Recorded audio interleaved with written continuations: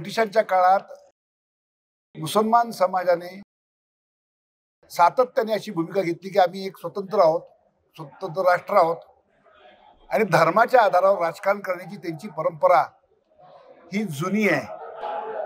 मुसलमानांसाठी स्वतंत्र मतदारसंघ असले पाहिजेत, सगळ्या गोष्टी म्हणजे हे राजनीतीमध्ये आज नाही करत आहेत ते. हा काही मालेगाव पॅटर्न नाही आहे. या वोट जिहादाच्या आधारावरतीच त्यांनी या देशाची फाळणी घडवून आणलेली आहे. म्हणूनच या देशाचा मुस्लिम बहुसंख्याक भारत हा हिंदू बहुसंख्याक भारतापासून विभक्त झाला. हे ऐतिहासिक सत्य आहे.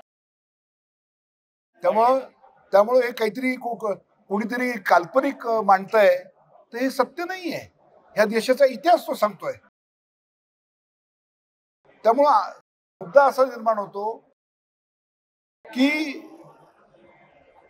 त्याच्या मागे देखील जावं लागेल ब्रिटिश काळापासून की 1000 वर्ष हा जो आमचा अरबांशी, तुर्कांशी, मोगलांशी जो संघर्ष झाला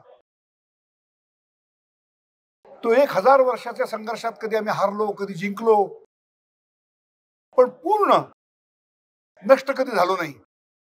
याचं एकमेव कारण की शिवाजी महाराज झाले आणि शिवाजी महाराजांनी हा 1000 वर्षाचा या सहिष्णू विचारसरणीशी असलेला संघर्ष निर्णायक पातळीपर्यंत नेला. त्यांच्या वंशजांनी त्या असहिष्णू सत्तेचा पाय उखडला, औरंगजेबाचा नाश केला.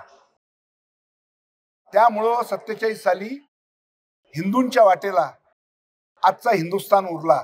हे ऐतिहासिक सत्य आहे. तसंच दुसरं सत्य पण हेच आहे. अख्ख्या इतिहासाचा निष्कर्ष काय तर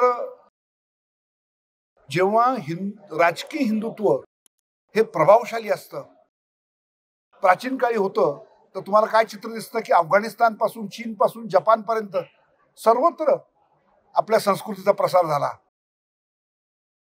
पण जेव्हापासून आपल्यावर हल्ले झाले, हा 1000 वर्षाचा संघर्ष सुरू झाला, तर आपलं प्रसरण थांबलं.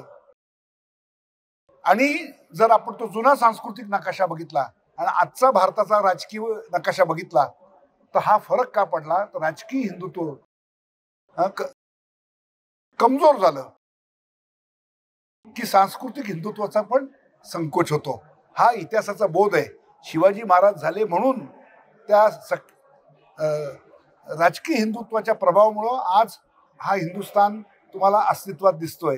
हे सत्य आहे. आणि दुसरा महत्वाचा भाग आजही इतिहासापासून धडा तोच आहे की असहिष्णू विचारसरणी बाळगणाऱ्या लोकांशी तुम्ही जर संघर्ष केला नाही, त्यांच्या खऱ्या रूपाबद्दल लोकांना सावध केलं नाही तर सहिष्णू समाज संपून जाईल. आणि सहिष्णू समाज जर संपला तर त्याबरोबर सहिष्णू विचार देखील कायमचा नाहीसा होईल. त्यासाठी म्हणून आपल्याला लढा द्यायचा आहे.